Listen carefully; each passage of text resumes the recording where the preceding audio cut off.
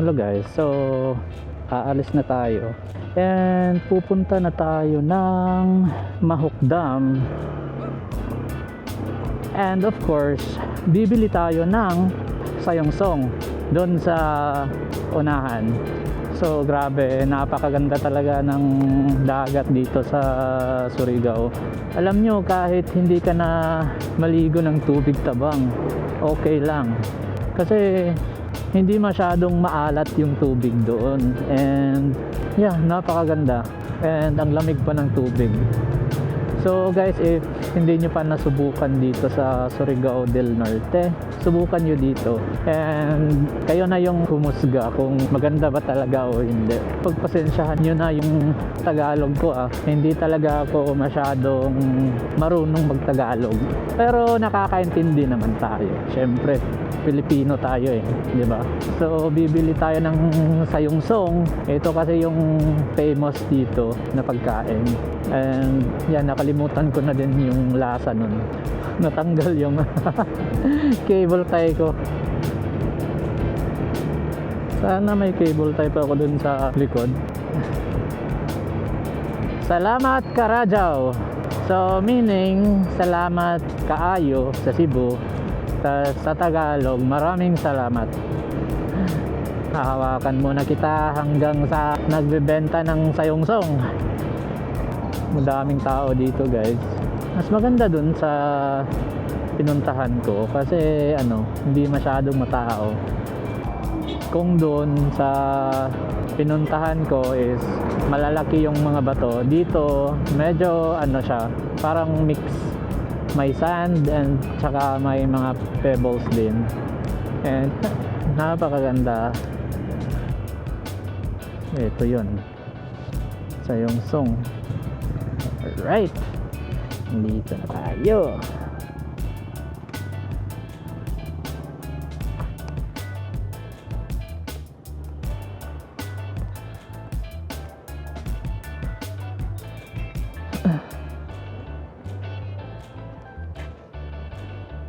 Tagpila ang Sayongsong? Tag 10. Tag 10 lang. Duha lang? Sayongsong duha. Kala ay usa lang ana. Nya 2 Sayongsong. Oo.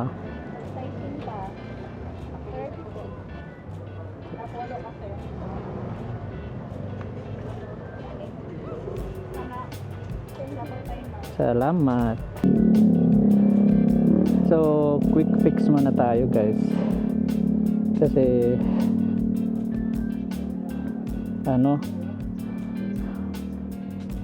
umaalog siya. So ayun, fix na. Alam nyo ba na ang Sayongsong ay isang tradisyonal na kakanin ng Surigao del Norte? Ito ay gawa sa malakit na bigas, asukal at gata ng niyog. Nakabalot ito sa dahon ng nipa o saging at kilala sa matamis at masarap nitong lasa. So dalawa yung binili ko nito, tapos yung isa kakainin ko mamaya. So yeah, tapos na akong kumain ng Sayongsong and magpapagas muna tayo guys. 230 meters from here. Ayun, 90.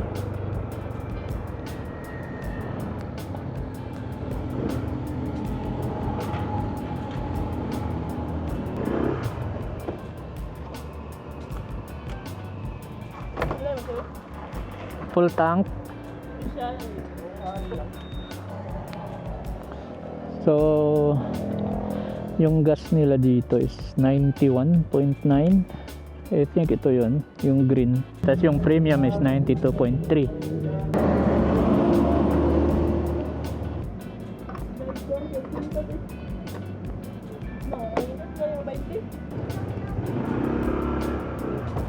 So 420 yung nabayaran natin. So, search natin yung Mahukdam Water Nature Park. So, dito. Medyo malayo guys. 45 kilometers.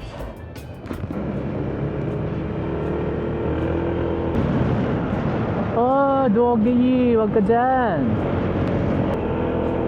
Grabe ang ganda ng ano nila guys, yung daanan nila. So medyo mahaba-habang rides to guys, 42 kilometers. Gateway Hotel. Isa to sa known na hotel dito sa Surigao.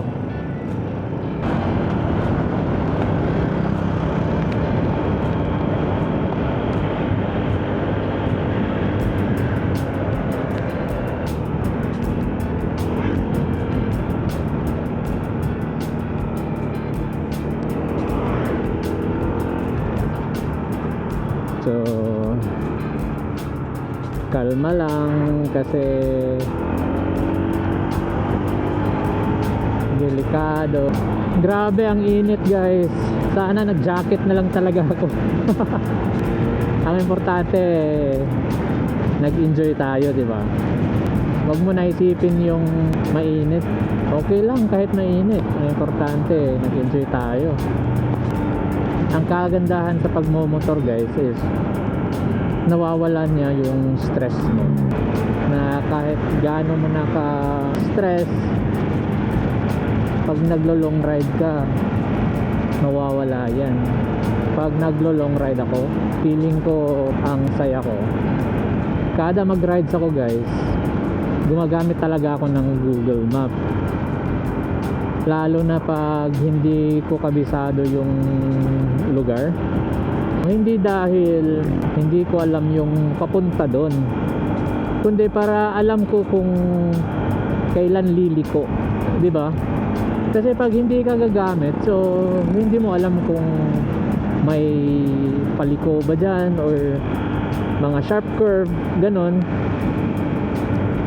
So yung Google Map is very helpful talaga, especially pag naglo-long ride ka. Dapat kahit feeling mo alam mo yung daan papunta doon, pero hindi mo kabisado yung mga liko-liko, mas mabuti na kung mag Google Map ka. Grabe guys, tumatagos yung init, tumatagos talaga siya. Malayo pa ba tayo?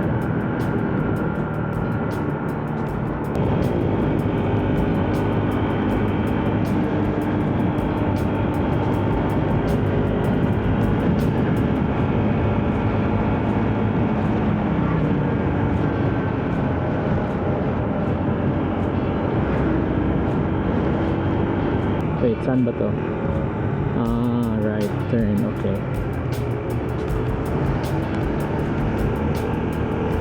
Welcome to Taganaan. So, andito na tayo sa Taganaan guys. Medyo malayo-layo na tayo. 19 kilometers left. So, sabi dito, estimated travel time 25 minutes, 18 kilometers left. So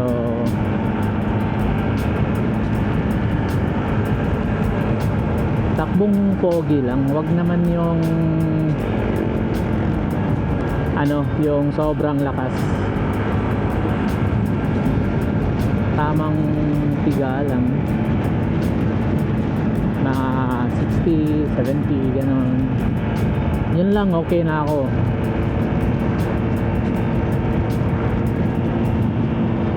Ang importante, darating tayo sa ating destinasyon, di ba? Yung iba, ang lakas magpatakbo, parang hinahabol. So tayo, dahan-dahan lang. Mas maganda nga yung dahan-dahan kasi mas nakakapag-sightseeing ka compared dun sa malakas yung takbo mo. Yung focus mo is nasa pagmamaneho lang talaga. Well, nakakapag-focus naman ako kahit nag-sightseeing. Nakaka-focus naman. Syempre. What I mean is, pag malakas yung takbo mo, wala ka na talagang iisipin kundi yung pagmamaneho mo. And napakadelikado pa yun. Isang pagkakamali, wala na. Goodbye. Diba? Tamang takbo lang. Ang napansin ko lang dito sa mga daan nila, malalapad tsaka hindi masyadong malubak. Well, siguro dahil walang masyadong dumadaan, pero I think marami naman. So saan na ba to? Placer. So andito na tayo sa Placer. First time ko dito.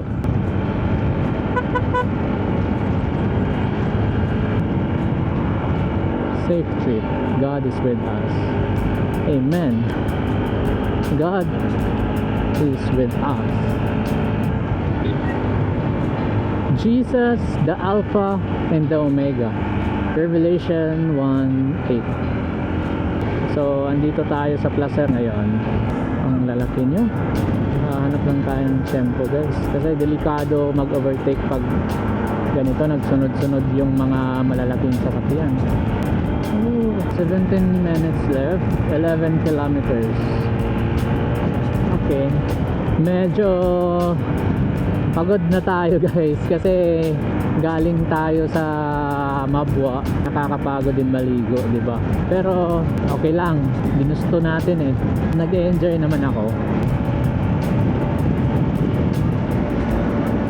Hello. Minsan yung mga tao, yung mga kahit matatanda, bata, pag nakita nila ako, sinasabi agad nila, vlogger, vlogger. Minsan, nahihiya lang ako kasi 53 subscriber pa nga lang ako eh. Well, kakaumpisa ko pa lang naman, diba? So, I hope dadami din yung subscribers natin. Dadami naman talaga yan kung maganda yung content, diba? Though hindi ako magaling sa pagpa-vlog, hindi ako magaling sa pag-edit, pero I'll do my best para maging masaya yung content natin. Minsan nakakapagod din mag-isip kung anong gagawin. Hindi naman tayo palaging nagra-rides kasi may trabaho tayo.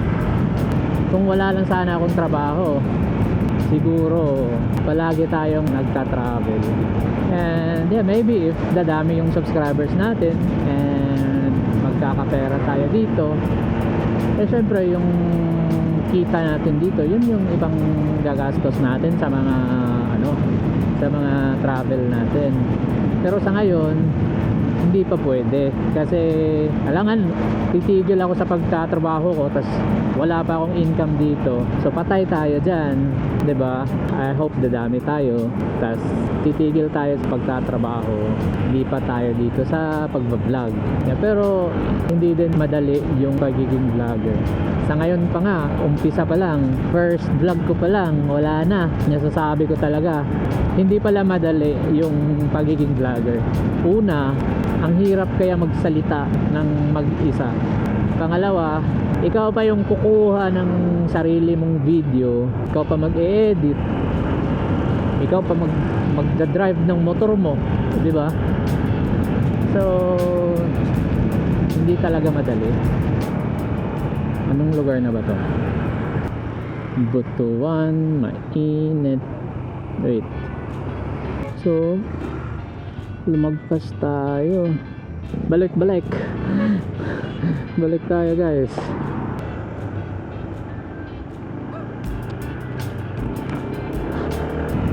Ilang kilometers na lang. 4.8. Medyo malayo talaga dito Sana tama tong pinasukan natin. Baka wrong turn to.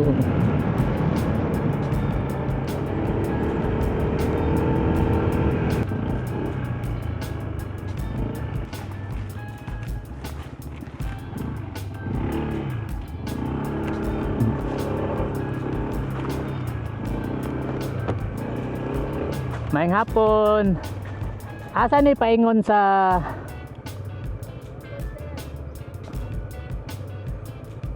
Mahok Dam? Makaagir ah. Sa Pikas? Ah. Ah, okay, okay. Salamat.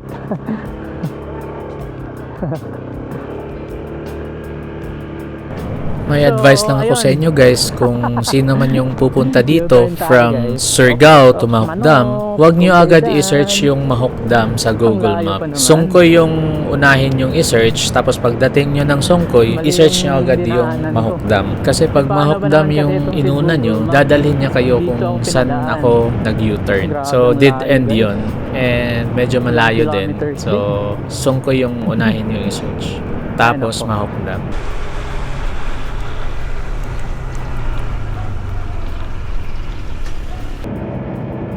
Grabe, ang laki ng bakanteng lote.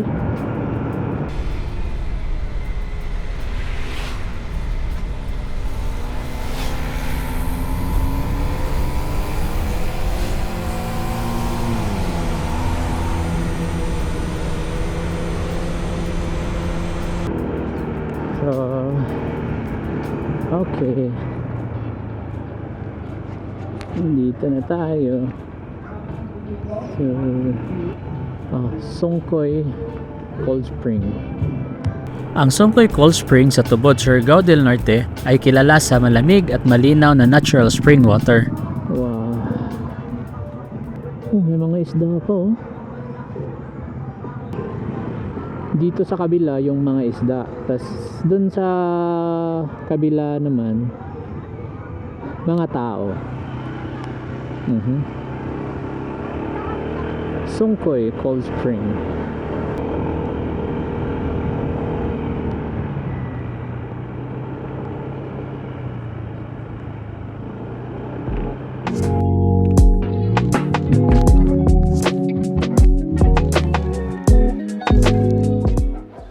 So, dito na tayo sa Mahok Dam Water Nature Adventure Park. So, yeah, papasok tayo. So, ito yung entrance fee nila guys. 7 years old below, free. 8 to 17 years old, 15 pesos. 18 years old above, 25 pesos. And may ecological fee din sila na 10 for non-resident. Mahok Dam Lake in Tubod, Surigao del Norte is a beautiful nature destination known for its peaceful lake, scenic views, and fun activities like kayaking and boating. It is the perfect place to relax and enjoy the beauty of nature. So, pupunta tayo sa baba, guys.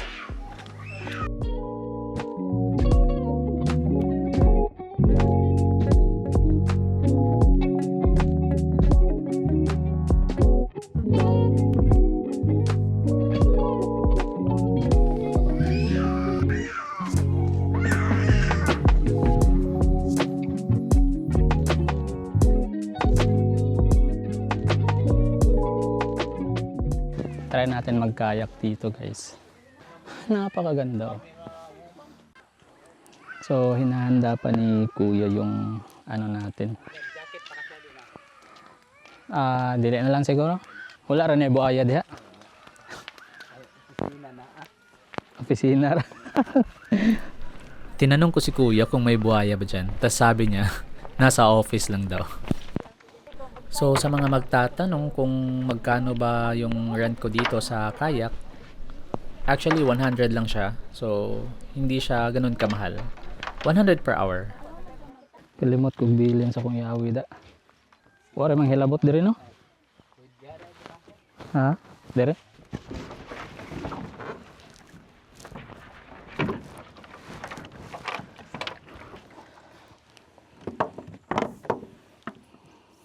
Okay.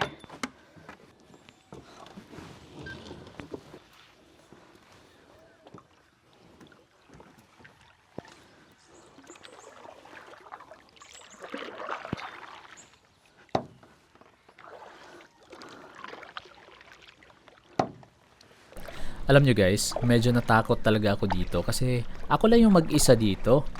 So kahit tignan nyo sa video, wala talagang ibang nagkakayak dyan. Ako lang. Wala ibang tao.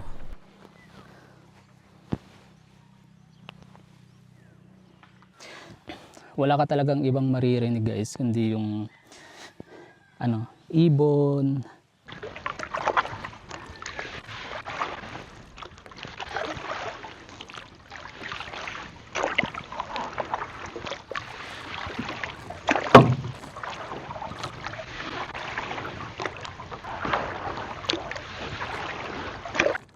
So may mga nagkakayak na din kung kailan tayo tumigil tsaka pa sila nagkayak. Medyo nakakapagod din magkayak guys. Pero masaya naman. And exercise na din. So guys, hanggang dito na lang muna tayo. And please hit the subscribe button and the notification bell para naman ma-notify kayo sa mga bago nating post. So guys, stay safe and God bless everyone. Bye!